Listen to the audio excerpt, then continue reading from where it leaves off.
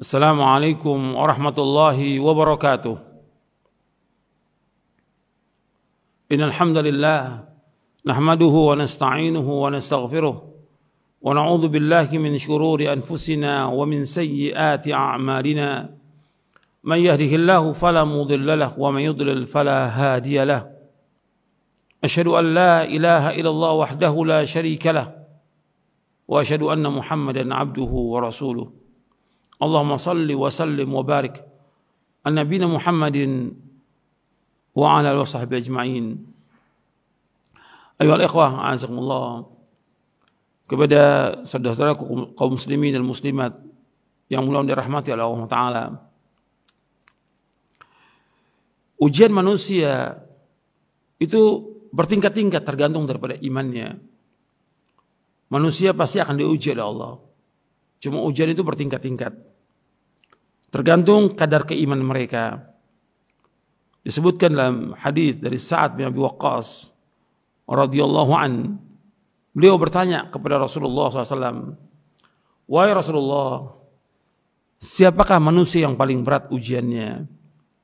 Maka beliau sallallahu alaihi wasallam bersabda, "Al-anbiya'u, thumma al-amthalu fal-amthal, fayubtala ar-rajulu ala hasabi dinihi, fa in kana dinuhu sulban ishtadda bala'uhu, wa in kana fi dinihi riqqatun ubtuliya ala hasabi dinihi, fama yabrahu al-bala'u bil 'abdi hatta yatrukahu yamshi al-ardi ma 'alaihi khati'atun." Rasulullah SAW bersabda, orang yang paling berat ujiannya adalah para nabi, kemudian yang semisalnya, dan yang semisalnya. Diuji seseorang sesuai dengan kadar agamanya. Kalau kuat agamanya, maka semakin keras ujiannya. Kalau lemah agamanya, maka diuji sesuai dengan kadar agamanya.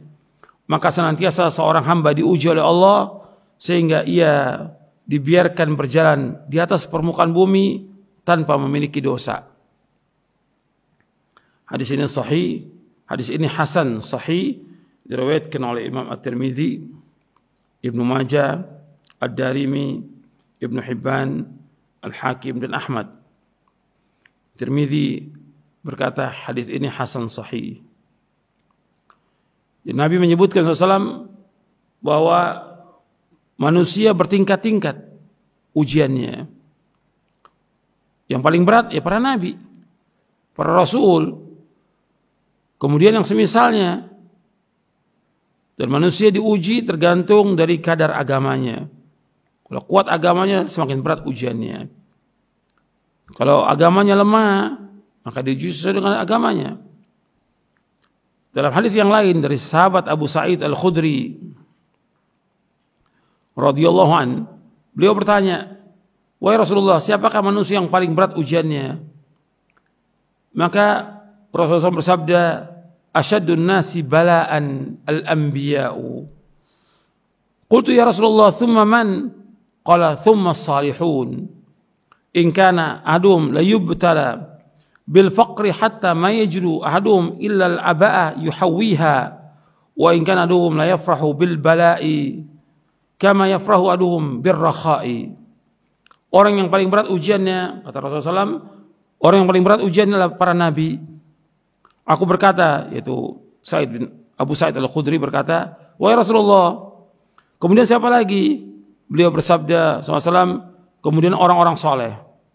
Sesungguhnya seorang dari mereka, dari orang-orang soleh diuji dengan kefakiran, kemiskinan, sehingga seorang dari mereka tidak mempunyai kecuali hanya satu pakaian saja yang dapat menutupi auratnya. Cuma satu pakaian. Dan sesungguhnya seorang dari mereka sungguh bergembira dengan bala, cobaan, ujian, musibah yang menimpanya, sebagaimana seorang dari kalian bergembira di saat kalian lapang.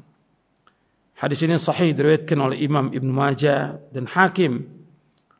Hakim berkata, hadis ini sahih menurut syarat Muslim, disetujui oleh Imam Az-Zahabi dan juga disahihkan oleh Syekh Al-Albani dalam silsilah ahadits as-sahihah. Di sini disebutkan dalam dua hadis ini, hadis Sa'ad bin Abi Waqqas dan hadis Abu Sa'id Al-Khudri, bahwa ujian itu yang paling berat para nabi, para rasul. Kemudian orang-orang saleh. Kemudian yang lainnya. Dan ada di antara mereka, di antara orang-orang yang saleh diuji oleh Allah dengan kefakiran, kesulitan, kemiskinan, kesusahan, nggak punya yang lain, nggak punya pakaian cuma satu yang menutup auratnya. Tapi dia nggak cerita pada orang, dia adukan semua kepada Allah. Bahkan di antara mereka, ini lebih hebat lagi nih, bergembira dengan cobaan dan ujian. Sebagaimana seorang bergembira di saat lapang. Kenapa mereka bergembira? Karena mereka bergembira dengan cobaan ujian itu akan menghapuskan dosa dia. Menggugurkan dosa-dosanya. Mengangkat derajatnya. Mendekatkan diri dia kepada Allah. Dan dia akan berjalan di muka bumi tanpa kesalahan, tanpa dosa dengan ujian itu. Dan yang lebih besar lagi, bahwa dengan ujian dan cobaan itu dia masuk surga dengan sebab itu. Itu yang dituju oleh seorang mukmin. Karena puncak cita-cita tertinggi seorang yang beriman adalah surga.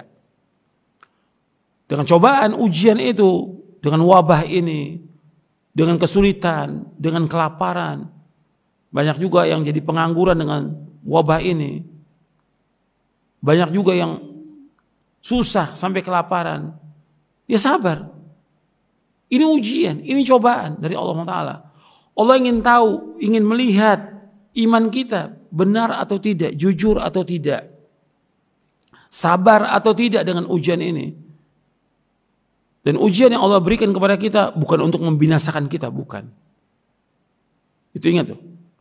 Cobaan ujian bukan untuk membinasakan manusia, tapi cobaan ujian agar manusia ini kembali kepada Allah Subhanahu Wa Ta'ala. Dan ganjaran, besarnya ganjaran tergantung ujian. Nabi bersabda sallallahu alaihi wasallam dari sahabat Anas radhiyallahu an. Rasulullah bersabda, "Inna 'idhamal jazaa ma'a 'idhamil bala, wa inna Allah ta'ala idza ahabba qauman ibtalahum, wa man radiya falahu ridha, wa man sakhita falahu sakhat." Sungguh besarnya pahala setimpal dengan besarnya cobaan dan ujian. Dan sungguh Allah Tabaraka Ta'ala mencintai satu kaum. Dan sungguh Allah Tabaraka Ta'ala apabila mencintai satu kaum, Allah menguji mereka dengan cobaan dan ujian. Barang siapa yang ridho, maka baginya keridhaan dari Allah. Sedang barang siapa yang marah, maka baginya kemarahan dari Allah Ta'ala. Hadis ini hasan, diriwayatkan oleh Imam Tirmidzi dan Ibnu Majah, dihasankan oleh Syekh Al-Albani dalam silsilah hadis as-sahihah di juz yang pertama. Di dalam hadis ini disebutkan bahwa ujian manusia bertingkat-tingkat. Tentunya ujian para nabi berbeda dengan ujian kepada kita. Ujian orang saleh berbeda juga dengan kita. Jadi ujian orang-orang terdahulu kalau kita lihat berat. Ujian orang-orang terdahulu itu lebih berat, lebih sulit. Dan bahkan banyak sekali memakan korban. Ujian berupa penyakit, kematian, kemiskinan, kelaparan, dan tantangan di medan dakwah itu lebih berat. Ujian yang Allah berikan kepada kaum muslimin di zaman sekarang ini itu lebih ringan dibandingkan dengan zaman dahulu. Misalnya umpamanya dibunuhnya kaum muslimin pada zaman sekarang ini oleh orang-orang kafir, orang-orang Yahudi, orang Nasrani dan yang lainnya. Itu di zaman dahulu lebih banyak kaum muslimin yang dibunuh, disiksa. Lebih banyak. Ratusan ribu kaum muslimin yang dibunuh. Bahkan zaman dahulu nabi-nabi dibunuh. Nabi-nabi yang lebih mulia dari ratusan ribu manusia itu dibunuh. Bagaimana Allah sebutkan dalam surah Al-Baqarah, Ali Imran. Begitu juga tentang ujian kelaparan, kefakiran, penyakit lebih parah dibandingkan sekarang. Zaman dahulu penyakit taun, wabah penyakit menular menimpa para sahabat, menimpa para tabi'in dan yang sesudahnya, yang membinasakan bukan ribuan lagi, puluhan ribu bahkan ratusan ribu kaum muslimin meninggal dunia dengan sebab wabah taun. Jadi sangat berat cobaan ujian mereka. Dan kita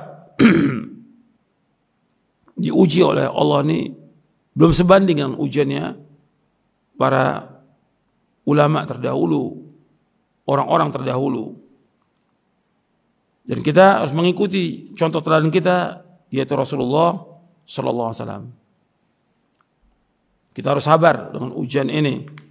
Ujian ini bukan untuk membinasakan, tapi ujian ini untuk menguji kita, kita benar atau tidak iman kita. Kita sabar atau tidak. Adukan semua ini kepada Allah Subhanahu wa taala. Dan kita wajib mengimani tentang takdir yang baik dan buruk. Wah, ini kita mengalami seperti ini takdir yang buruk, kita wajib imani antuk min bil qadari khairi wa syarri. Kita sabar dan kita berdoa kepada Allah, dan kalau terus kita berdoa kepada Allah, melaksanakan perintah, menjauhkan larangannya, insya Allah akan dihilangkan semua ini. Dan ini ada hikmah yang besar sekali, hikmahnya menghapuskan dosa-dosa kita, mengangkat derajat kita, dan Allah akan masukkan orang-orang beriman ke dalam surga dengan cobaan dan ujian ini. Mudah-mudahan yang saya sampaikan bermanfaat untuk saya dan untuk sekalian. Wassalamualaikum warahmatullahi wabarakatuh.